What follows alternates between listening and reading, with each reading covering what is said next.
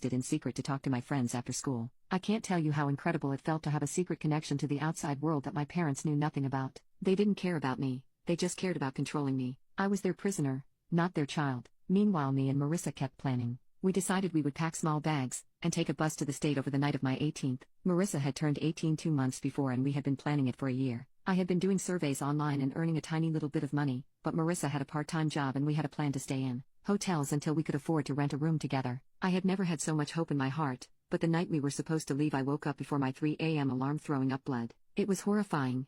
It wouldn't stop. My bedroom looked like a murder scene and I had no choice but to scream for my parents, who rushed me to the hospital. I couldn't even text Marissa about what was going on, because I was too scared to let my parents find out about my secret phone. I woke up in the hospital the next day with my parents crying beside me and the doctor explaining that I was going through abrupt kidney failure. It was freakishly unexpected. I hadn't even been feeling sick. When the doctor told my parents that they were too old to donate a kidney to me, I turned to them and asked them where their God was now. That made my mom burst out in tears and I could tell my dad wanted to slap me, but he restrained himself since we were in front of the doctor. The next few days were a blur until my family members started showing up on the third day. I had been in and out of sleep hooked up to N4, but I randomly woke up to see a huddle of people in the clear room that was connected to my mine. I figured that my mom must have posted on Facebook because through the glass I could see people from their church group and extended family members I hadn't seen in years. I started to cry when I recognized a couple of members of my youth group lined up to get tested to see if they were a match for me, but I completely shot up when I saw a new woman that I did not recognize. She looked to be in her mid-20s, and even though I had never been weaker, I sat up straight and looked at her without blinking.